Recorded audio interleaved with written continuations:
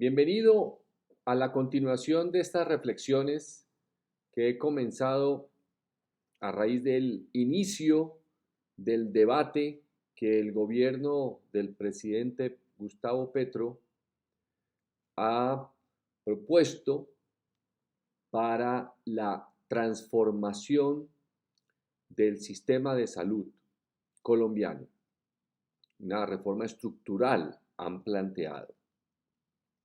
Estas reflexiones las comencé para partir de aquellos documentos técnicos, de aquellos planteamientos que no son propios de ningún país, de ningún lugar específico, sino son producto de una serie de estudios que surgieron por las preocupaciones de los grandes problemas de los sistemas de salud de todo el mundo, en especial por el envejecimiento de la población, el costo de la tecnología médica y, por supuesto, la falta de cobertura y de atención a las poblaciones más pobres en todos los países del mundo, dentro de los cuales, por supuesto, está Colombia.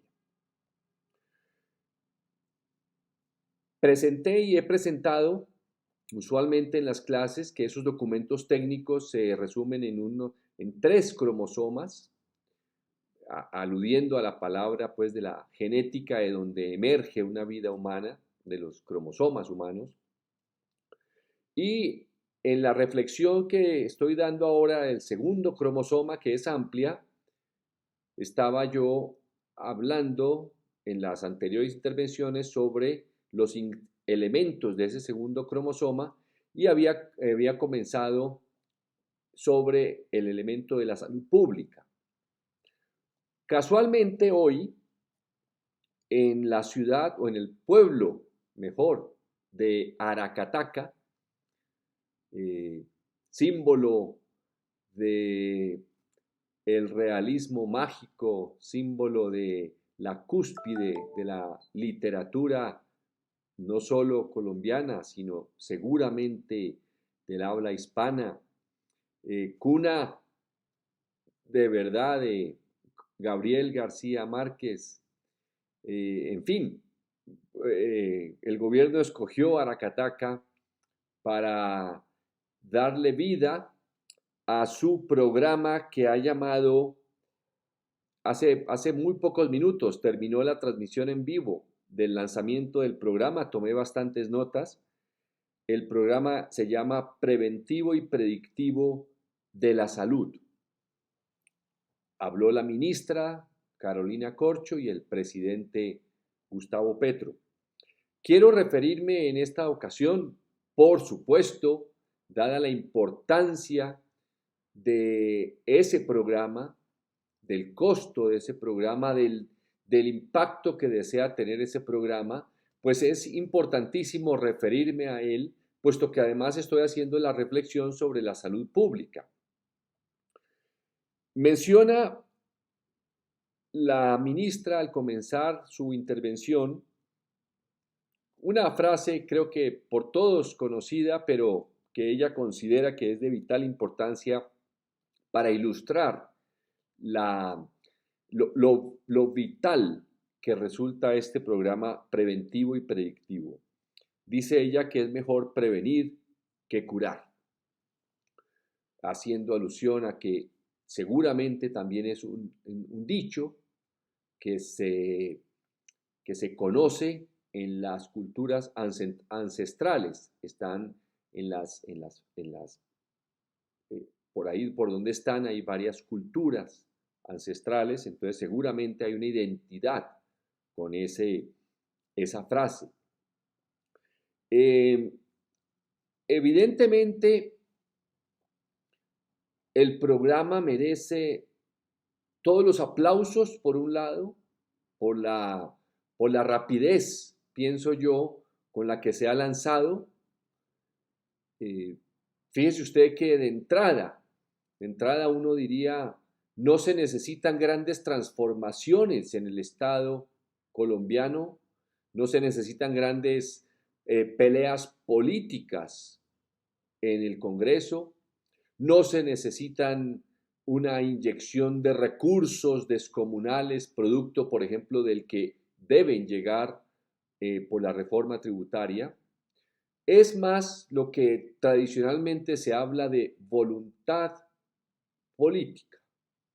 Es decir, el presidente y la ministra organizan, diseñan un programa que ya el presidente, cuando fue alcalde de Bogotá, lo había adelantado, luego hay una experiencia previa, y el objetivo ahora es, en vez de tener 1.000 equipos médicos, que son los que llegó a tener Bogotá, tener ahora 20.000 equipos médicos en todo el país.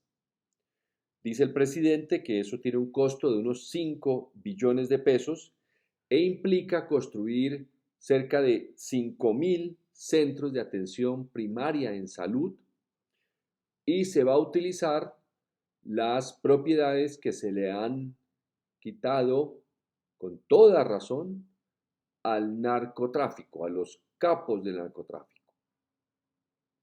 Fíjese usted que ahí está expuesto un caso palpable, nítido, concreto, rápido, de lo que es la voluntad política.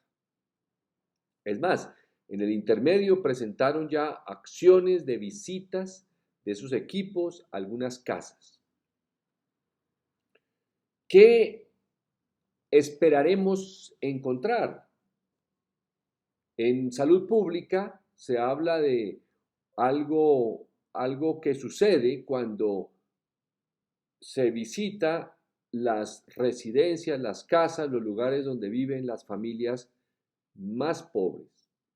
Fíjese usted que en alguna intervención anterior había dicho que cuando se reforma un sistema de salud, aludiendo al de la Ley 100, el objetivo es dirigirse a los más pobres y a los pobres entre los pobres. Y de eso se trataba el primer cromosoma que ya mencioné. En este caso, evidentemente, lo que está tratando de hacer o corrigiendo, sin que todavía hablemos de la reforma estructural, es lograr que un liderazgo nuevo,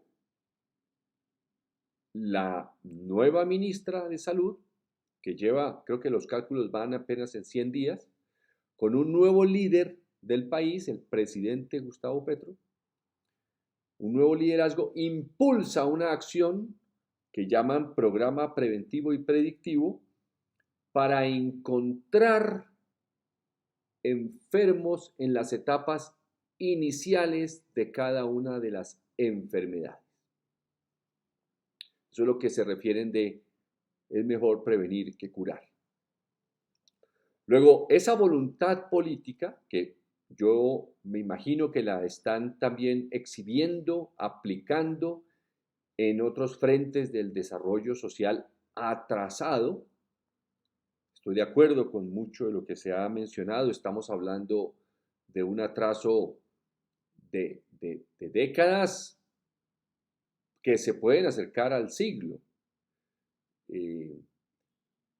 Si la Ley 100 no logró ponerse en funcionamiento tal como estaba diseñada en mi concepto, en el diagnóstico que he planteado, en mi concepto entonces, por la carencia de buenos líderes en todos los niveles del sistema de salud, lo mismo le sucedió al Instituto Colombiano del Seguro Social desde su creación en el 46 hasta el año 93. Es decir, estamos viendo que por primera vez un nuevo liderazgo impulsa una acción que es conocida como efectiva desde hace muchas décadas, y especialmente cuando se planteó en Alma Ata en el año 78 con el concepto preciso de atención primaria en salud. Entonces, como dije antes, ¿qué se va a encontrar? Lo que se llama una demanda represada. En la medida en que se visitan hogares de familias pobres, es completamente natural encontrar personas cuyas enfermedades han ido avanzando en la historia natural de esa enfermedad porque no han tenido la atención, ni cuando se planteó la atención primaria en salud hace 40, un poco más de 44 años, ¿cierto? 44 años, ni cuando comenzó a funcionar la Ley 100. Las EPS incumplieron impunemente ese primer elemento de la misión del sistema de salud, que era administrar el riesgo. Y el riesgo de la pobreza es precisamente que aparezcan enfermedades y progresen en su historia natural hasta llevar o a la muerte o a la discapacidad crónica de los pacientes. Entonces eso es lo que va a encontrar el sistema o este programa preventivo y predictivo. Yo le añadiría a ese programa un mecanismo de medición. Estoy convencido que lo tiene, estoy seguro que lo tiene, pero yo añadiría el mecanismo de medición de acuerdo a la carga de la enfermedad, que es lo que aquí he expuesto, con respecto a ese indicador único que mide mortalidad y discapacidad. Porque es la mejor manera de poder saber cuánto se requiere invertir para que la persona que se atienda logre un nivel de salud tal que lo convierta en un ser humano productivo, si por su enfermedad no lo era. Piense usted, vi varias imágenes de Magdalena, creo que el gobernador de Magdalena ha iniciado un programa similar. Vi varias imágenes, por ejemplo, algunas lesiones de algunos pacientes, algunos les estaban tomando la tensión arterial, había embarazadas con riesgo de preeclampsia, etc. Pero pensemos en una persona que tiene una lesión, como ahí se mostró, en una pierna, que le impide, por ejemplo, trabajar en el campo. Esa persona muy seguramente tuvo una lesión que si hubiera vivido en la ciudad y hubiera sido un trabajador profesional de una empresa cualquiera, en cualquier ciudad, y acude a urgencias, es tratado, no digamos prematuramente, porque ya tuvo el accidente, ya tuvo la lesión, pero es tratado adecuadamente de acuerdo a la lesión y se le practican las pruebas de diagnóstico que se requieren y la persona se trata, de pronto tiene unos días de incapacidad y regresa a su trabajo. Acuérdese que en mi reflexión he planteado que la salud es silenciosa, solo aparece cuando la perdemos en la conciencia. El valor de la salud aparece cuando la perdemos y cuando la recuperamos le damos un valor instantáneo inmenso, que después lo abandonamos porque volvemos a nuestra rutina cotidiana. Pero el objetivo final de esa persona es que cuando lo atienden, lo diagnostican y lo tratan, es volver a la productividad, volver a ser una persona que contribuya a la sociedad a través de su trabajo. En el campo, ¿qué van a encontrar? Que esta persona primero no tuvo la posibilidad de ir a un centro médico, no tuvo el diagnóstico, no tuvo nada de lo que tuvo el de la ciudad y queda con una limitación. Es decir, en vez de ser una persona productiva, se vuelve un costo para la familia, para la vecindad, para el barrio, etc. Eso es lo que va a encontrar el sistema de salud. Luego, ¿qué añadiría yo inmediatamente? Si dice que es el programa predictivo, yo diría que una vez que esa persona se atienda, inmediatamente se anticipe, es decir, si es predictivo, se prediga, se dice, se prediga cuál va a ser el nivel de productividad que va a adquirir para incorporarse a la fuerza laboral. Y aquí es donde viene el trabajo del Ministerio de Educación. Continuaremos en la siguiente sesión. Muchas gracias.